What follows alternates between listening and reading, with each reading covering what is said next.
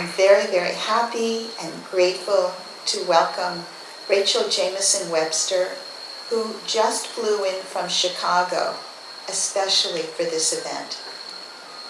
Rachel is a professor of creative writing at Northwestern University who cares deeply about her students. She is a poet and writer whose creative nonfiction book, Benjamin Banneker and Us, which is about her own family and its relationship to this country, is deeply moving.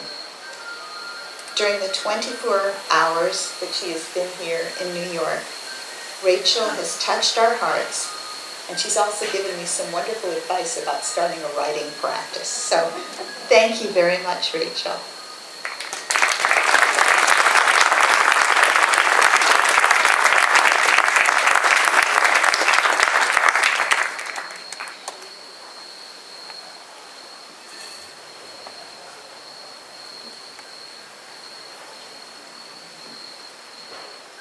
Can you hear me?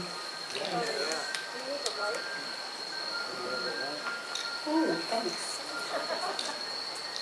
Today, I must dive deep within and know what I came to this earth stage for. That's a poem by Sri Chinmoy written in 1996. And that poem became very important to me in this last week, which has been a time of transition, time between projects, a transition of the seasons, a transition of the school year, and even a transition in our country, because I came from Chicago where the convention was. And I won't go into that too much, but I will say thank you deeply for this invitation, because the invitation both to come here to Aspiration Ground was a way for me to reset my own spiritual aspiration. And it was also an invitation to meditate with Sri Chinmoy's poetry over the last couple of weeks. And it completely changed my own outlook and energy. And it restored me to an elevation and to a remembrance of the divine that actually changed my path. So I had this wish that I would get to go to the convention, and I ended up being able to volunteer, and then all kinds of gifts happened, just acts of humble kindness, and I ended up being able to see the speeches. And as Nayana said, I've been writing a lot in sort of a prayer for healing for our country. And so I know that a lot of that was possible because of the energy in these poems. So as we hear today, poetry is so many different things. Sometimes it's a remembrance, it's a eulogy for someone who must be remembered, as Maria so beautifully showed us. Sometimes it's a record of our own lives, or it's a record of our own being. And sometimes it's a channel to divine wisdom. And like a mantra, those words hold the energy. So, yes, a lot of energy in these poems by Sri Chinmoy. So thank you so much for this invitation to be with you in this extraordinarily beautiful place and to be with these poems and deepen my relationship to them. Thank you to Ranjana and Nayana for hosting me with so much beauty and generosity, and to Bhikshuni, who has been my dear soul friend for many years now, and who have worked together in various ways to marry peace with poetry and to use poetry to spread peace. And Bhikshuni is also a beautiful poet in her own right. So, as I came back to Sri Chinmoy's poetry this week, one thing that really moved me was the compassion in the poems.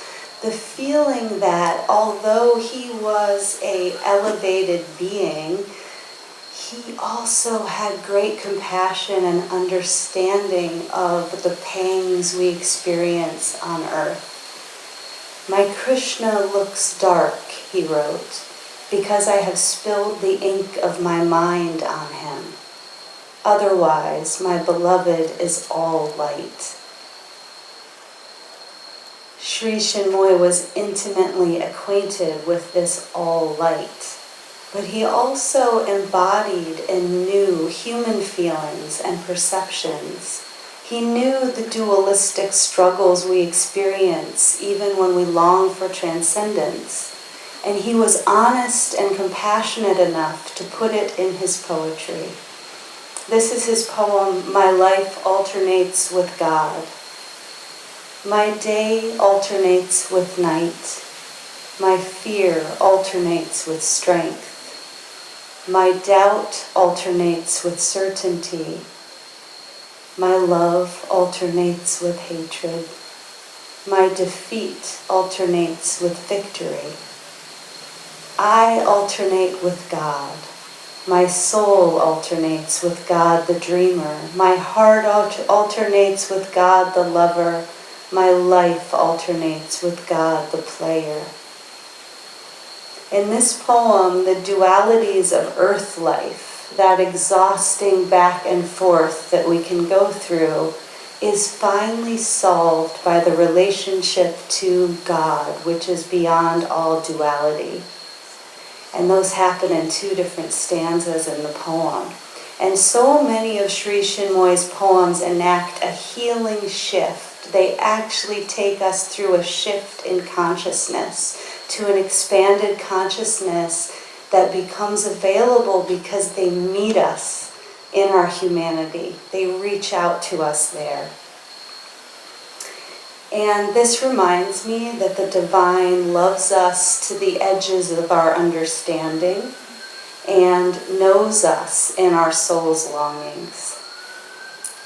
I feel you know all of this, and as Maria said, it is humbling to read and write and talk about poetry to a group of people who are living, truly living the soul's aspiration in all of your works and all of your creations. So thank you.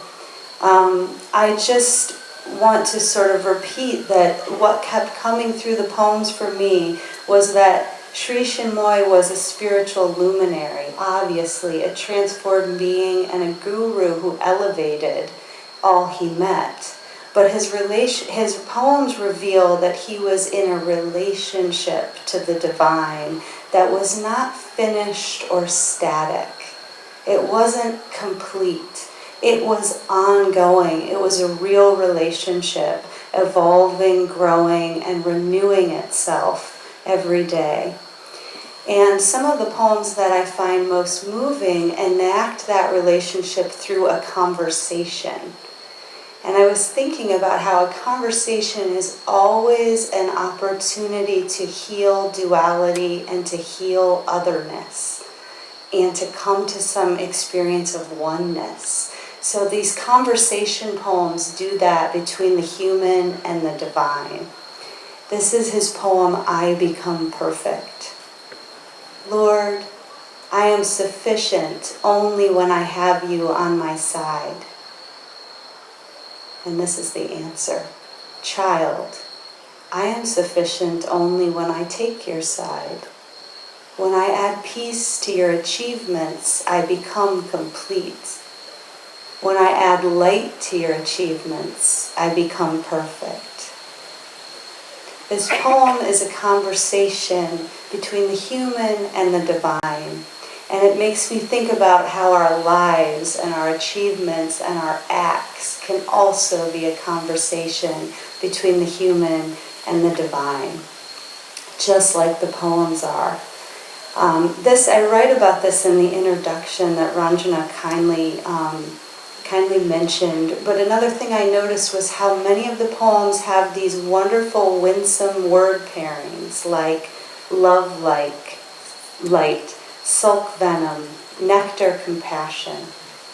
These pairings marry a feeling with a concrete image. And in that way, they let us know that the spiritual and the immaterial worlds are always in conversation. Just as the divine is made manifest through the beings of this world, compassion is experienced as an earthly substance, a nectar. It is love taking form as light, light taking form as love. It is a reminder that a guru could not just stay in the energetic realm of compassion, but must enter into the substance and acts of compassion, the nectar of love light. And I feel that the blooming in this place is also that nectar. So I also see this festival as a continuation of that compassion, of that blooming here on the earth stage, of that love light. It seems to me to be a gift for the divine, from the divine, for the community of seekers, from the community of disciples.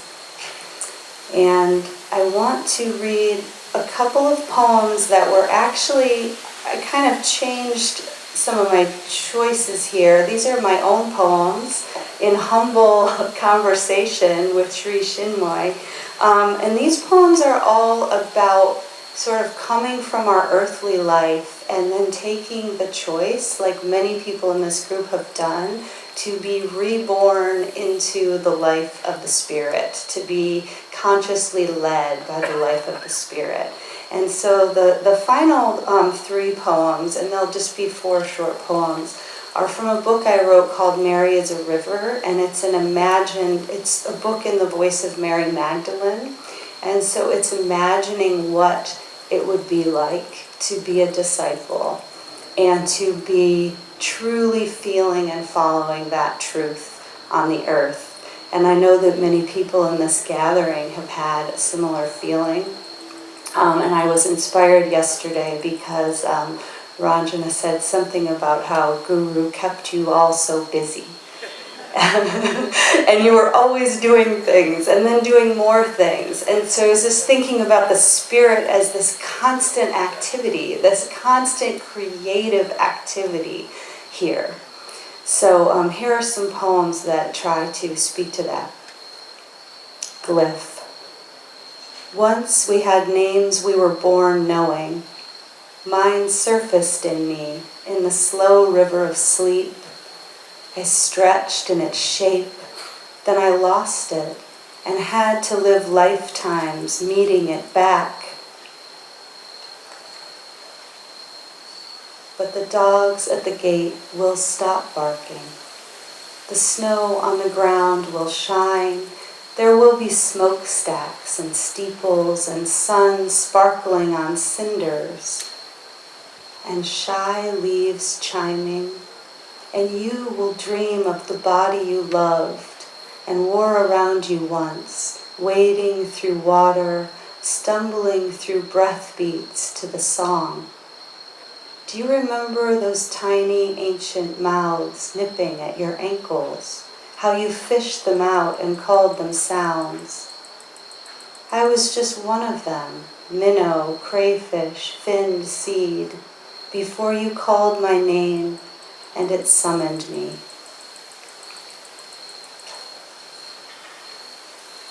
Those days were my life, eating apples warm from the orchards, bits of salted fish.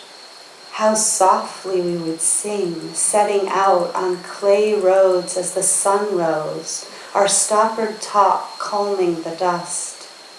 And the light, clear patterings through the leaves, playing in trembling notes on the faces, need and hope, flickering in the faces of the people.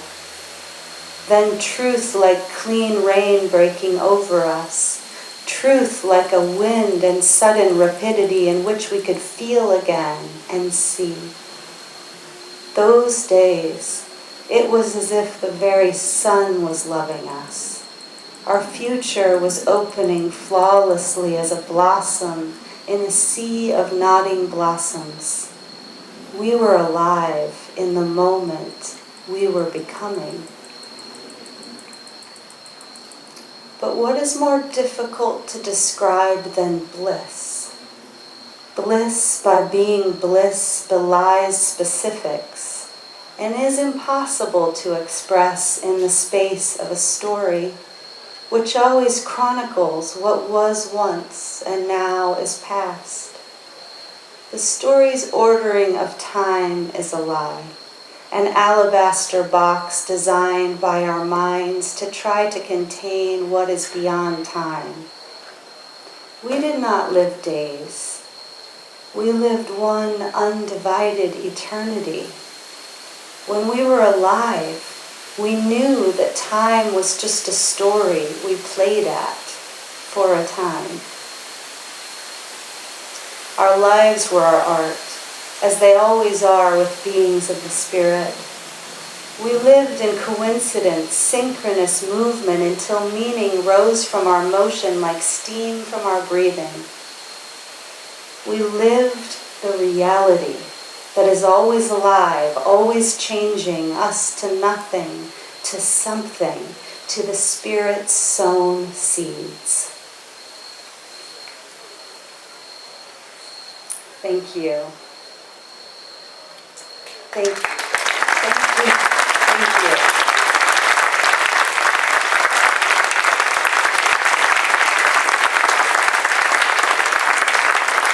It's an honor to be with all of you, to be with all of your light, and to feel your hearts. And the sweetness and the beauty of this place is very moving. Thank you. So I would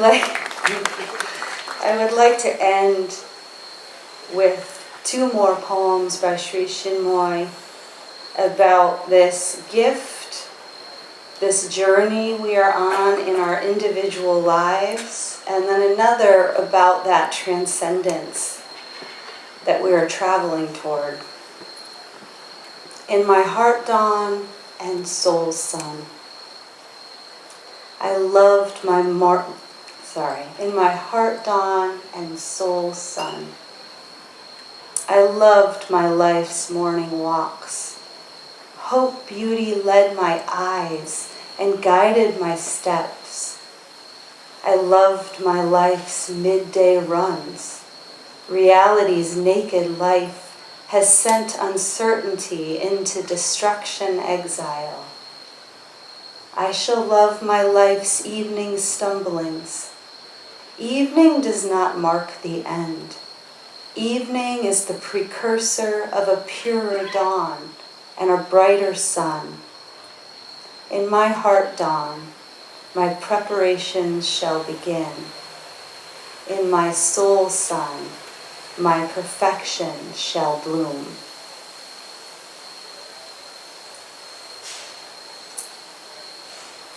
A final prayer.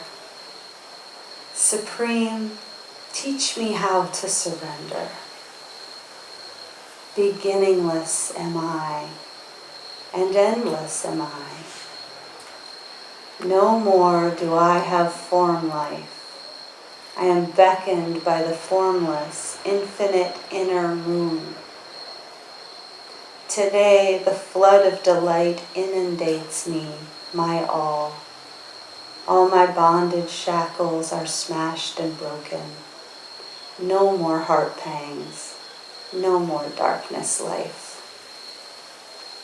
Thank you.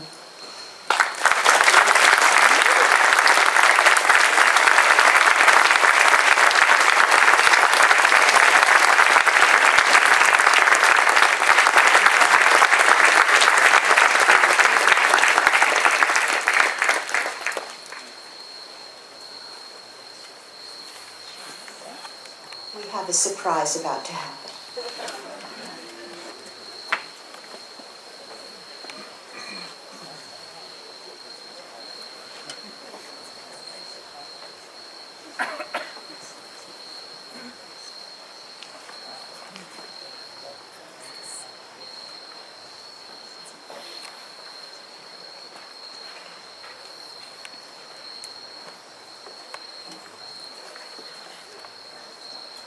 We have the very great honor and privilege of presenting the Sri Chinmoy Culture-Light Award to Rachel Jamison Webster. And as you can see, as you have just heard, the reason why. Not only is she charming and beautiful, but she's sensationally intelligent and knowledgeable about poetry, and we're so moved by her deep appreciation and bonding with Sri Chinmoy's art of poetry, and she sees so much in it that is illuminating to us all, and I really am grateful to you for all your elucidations. The Sri Chinmoy Culture-Light Award is intended to honor those who bring light to the human mind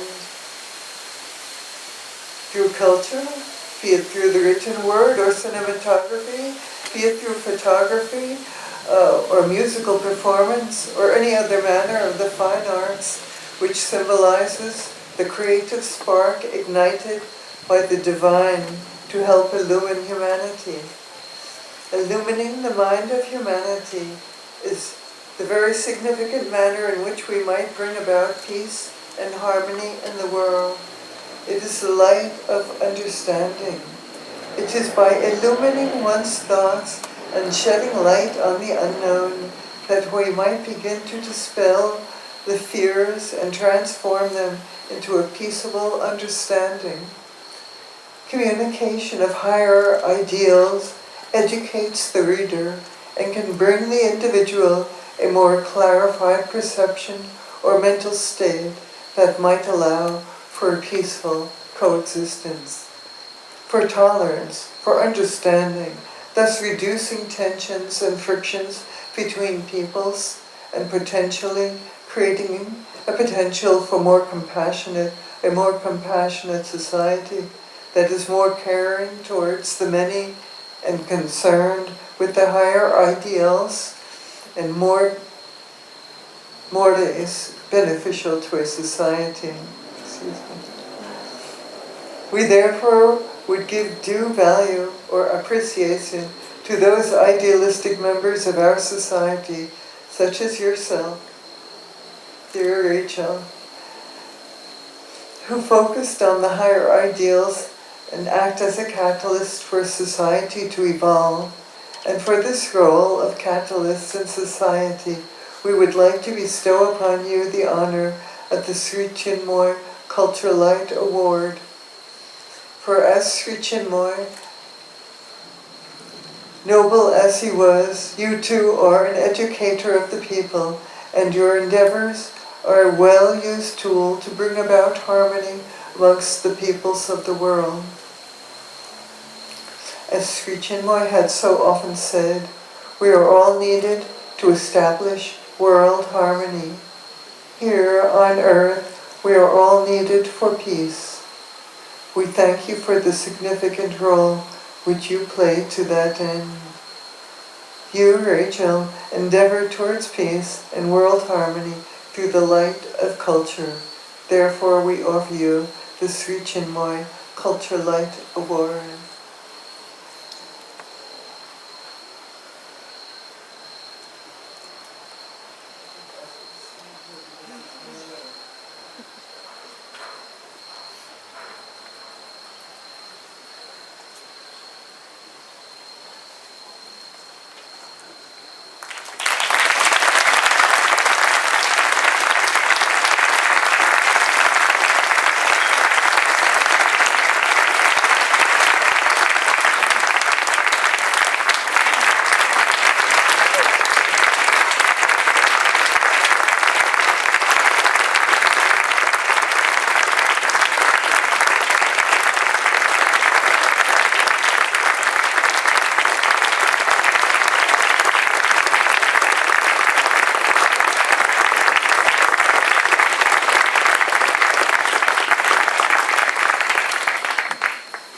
The etching upon this crystal award is that of a painting of World Harmony by Sri Chinmoy. Sri Chinmoy entitled Unity, and you might note that this painting is comprised of those very iconic birds of Sri Chinmoy, sometimes referred to as birds of inspiration, birds of aspiration, soul birds, song birds, birds of beauty, birds of light. The bird as an analogy of the soul, which is the deepest part of our being. The Sri Chinmoy Culture-Light Award, honoring, encouraging, recognizing the spreading of peace through the fine arts, through music, through the written word, through performance, through the message of heightened ideals manifest in our thought, word, and deed as a conscious offering to humanity. The Sri Chinmoy Culture-Light Award recognizes Rachel Jamison Webster for her contribution to the betterment of the world family. Thank you, Rachel.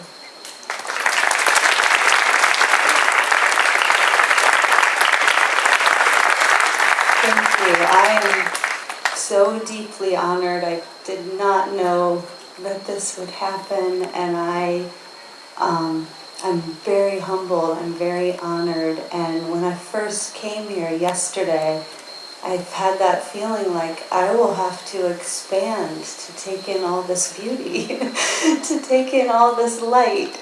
And this feels like a wonderful recognition of some work I've done quietly, but much more importantly, it feels like incredible encouragement and fellowship to be a little bird flying out there and continuing. So thank you so much. Thank you. Thank you.